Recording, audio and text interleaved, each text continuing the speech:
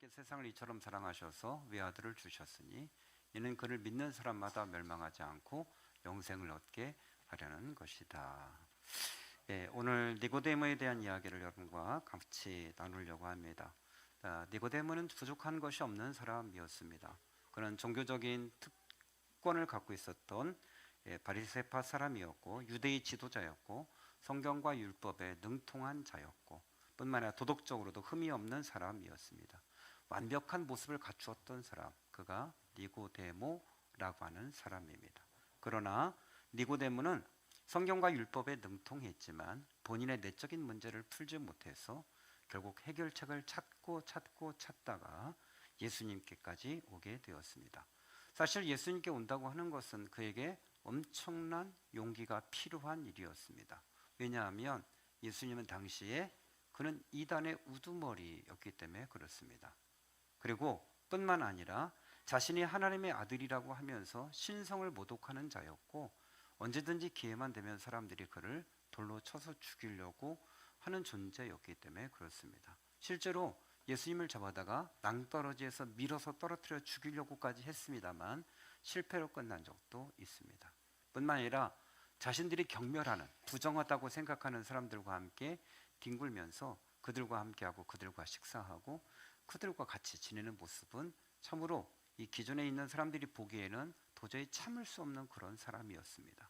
그런데 니고데모가 그는 지도자고 그는 율법 선생이고 그는 부족함이 없는 사람인데 이런 사람을 찾아간다고 하는 것은 엄청난 용기가 필요했던 것이죠. 그래서 아무도 없는 밤에 누구도 알아보지 못한 밤에 예수님께 찾아가서 자신의 고민 문제를 이야기를 하려고 갔던 것입니다. 여러분, 니고데모가 예수님을 만나게 되었죠. 그리고 그 이후에 대화가 쭉 이루어지고 난 다음에 그가 어떻게 변했을까? 7장에 가서 보면은 유대 지도자들이 모여서 예수를 어떻게 할 것인가에 대한 논의가 이루어졌을 때 그 7장 끝에 가서 보면 이렇게 얘기해요. 공정한 재판도 없이 사람을 정죄한 것은 안 된다. 이런 투로 이야기하면서 이런 부분에 중재를 하는 모습이 나오게 됩니다. 또 예수님께서 돌아가시고 난 다음에 19장에 가서 보면은 예수님을 장사할 때에 장사 지내는 그러니까 죽은 시체를 무덤에 묻기 전에 향품을 바르고 하는 그것들을 제공하고 그 일을 손수했던 사람이 니고데모였던 것을 보게 되어져요. 여러분, 예수를 믿는 이유가 크게 보면 두 가지로 요약할 수 있습니다. 하나는 뭔가 삶에 문제가 생겨서 예수님을 믿는 경우가 있습니다. 뭐 병에 걸렸다든지 저번에 큰 우환이 닥쳤다든지 사업에 문제가 있다든지 어떤 이런 해결할 수 없는 문제 앞에서 이건 어떤 신에게 조금 도움을 구해야겠다 생각해서 믿는 경우들이 있죠. 대부분 이런 경우들이 많습니다. 그런데 또 다른 경우는 니고데모와 같은 경우가 있습니다. 이게 모든 것을 완벽하게 다 갖추었어요. 부족한 게 없어요. 사람들을 볼 때도 그는 뭐 전혀 아무것도 그가 종교 생활을 할 만한 이유가 없는 사람이에요. 그런데도 불구하고 예수님께 나가지 않아요. 왜냐하면 내적인 풀어지지 않은 갈증의 문제, 인생이 뭘까? 죽음이 뭘까? 죽음이 어떻게 될까? 과연 내가 왜 존재할까? 이런 근본적인 물음 앞에서 그 해답을 찾다 보니까 결국은 이것은 결국은 신이 해결해야 될 문제가 아닌가 해서 믿기 시작하는 경우들이 있는 것이죠. 그러니까 이게 지금의 상황에 보면 나는 예수가 필요 없는데 나는 믿어야 될 이유가 없어. 그렇게 생각하는 분들이 있죠. 겉으로 보면 믿어야 할 이유가 없어요. 그러나 조금 깊이 있게 생각하는 사람이라고 한다면 조금 더 나의 앞을 생각한 사람이라고 한다면 이게 정말 이렇게 끝인가? 죽으면 모든 게 끝나는 건가? 이런 생각을 하면 믿을 수밖에 없는 것이죠. 여러분, 한 사람의 이야기를 좀 하고 마무리를 하려고 합니다. 기독교의 대표적인 지성인 그리고 변증가, 사상가 그러면 C.S. 루이스를 얘기할 수 있습니다. 그러니까 기독교를 우리가 접하면서 C.S.를 모르고 나서 신앙생활을 할 수는 없고요. C.S.가 쓴 책들은 여러분이 많이 접하셔야 돼요. 그 가운데 대표적인 책은 나니아 연대기라는 책을 그분이 쓰기도 하셨습니다. 영화로도 만들어졌고요. 그런 책을 쓰신 분이죠. 이분이 태어날 때부터 예수를 믿었던 건 아니고요. 14대 되었을 때 어머니가 갑자기 돌아가시게 돼요. 네, 이때부터 이는 불신의 길을 걷기 시작하고 철저하게 불신을 가게 되어져요. 그리고 그가 옥스퍼드 대학을 들어가게 됐는데 거기서 이게 불신앙에 대한 많은 사상 교육을 받으면서 증명되지 않은 것은 나는 믿을 수 없다라고 하고 영향을 받으면서 굉장히 무신론에 깊이 있게 빠지게 되고 나중에는 무신론을 점점 더 연구하다가 아예 그 선을 넘어서면서 범신론까지 넘어가게 되어집니다. 참 묘하죠? 신은 없다에서 모든 만물에 신이 있다라고까지 넘어가게 되다가 어떠한 순간에 그가 결국은 초월적인 하나님을 인정하게 되어져요. 그의 변화를 이렇게 얘기해요.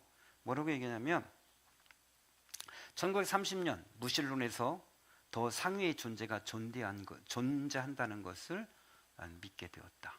이렇게 얘기해요.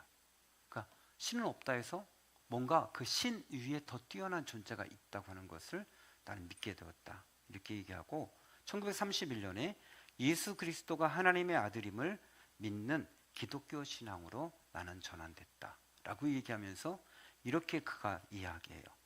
1931년 어느 날 밤 나는 옥스퍼드에서 휘튼교에 앉아 있었고 내가 하나님을 믿지 않던 마지막 순간이었다. 하나님을 믿게 된 첫 순간에 이르렀다. 나는 그때 억지로 어쩔 수 없이 무릎을 꿇었다. 아마도 영국 전체에서 가장 불쾌한 회심자였을 것이다. 이렇게 표현해요. 이게 뭔지 알까요, 여러분? 이게 굉장히 지성인다운 그런 고백이에요. 어떤 막 부흥회라든지 어떤 분위기에 휩싸여서 예수를 믿겠습니다 이런 게 아니고 지금까지 그가 여러 가지 조사하고 생각하고 연구하고 토론하고 해온 과정 가운데서 최고의 신 그리고 진짜 살아계신 분은 예수님이구나 라고 하는 것을 그가 더 이상 부인할 수 없어서 앉아있다가 나는 이제 그분을 믿어야겠다 라고 하며 받아들인 그 순간 난 너무 불쾌했다는 거예요. 난 믿고 싶지 않아. 믿을 사람이 아니야. 근데 믿을 수밖에 없어. 불쾌해. 이런 기분을 느꼈다는 거예요. 최고의 사상가 중에 한 분이었던 이분이 자기의 그 순간을 방금 전까지 불신자였는데 나는 불쾌하게 그분을 받아들였다. 이렇게 고백해요. 그의 삶 가운데 모든 문제를 풀 수 있는 분은 예수밖에 없었다. 라고 하는 고백이죠. 우리가 예수를 믿을까요? 네. 부족해서 믿는 건가요? 그런 분도 있겠죠. 자녀가 잘 된다, 건강해진다, 이런 것들. 그건 1차원적인 문제라고 생각이 들어요. 그 위는 뭘까요? 건강해졌어요. 자녀도 문제가 없어요. 재정적으로도 문제가 없어요. 근데 우리는 왜 예수를 믿을까요? 삶의 근본적인 문제에 대한 해답을 그분이 주고 있기 때문에 그런 것이죠. 여러분, 우리 예수 이 마땅히 그 외의 것은 안 믿어도 되는 사람들. 저도 예수를 안 믿어도 되는 사람이에요. 그럼에도 불구하고 인생의 참 진리, 참 해답, 그것이 바로 이 성경의 진리 안에 있기에, 그리고 예수님이 부활하셨기에 우리가 믿고 있는 거죠. 그래서 이 부활절을 지키는 것이고, 새로 오신 분들 오셨지만 여러분의 모든 인생의 근본적인 문제의 해답은 그분 앞에 있어요. 그분 안에서 찾아가기를 축원합니다.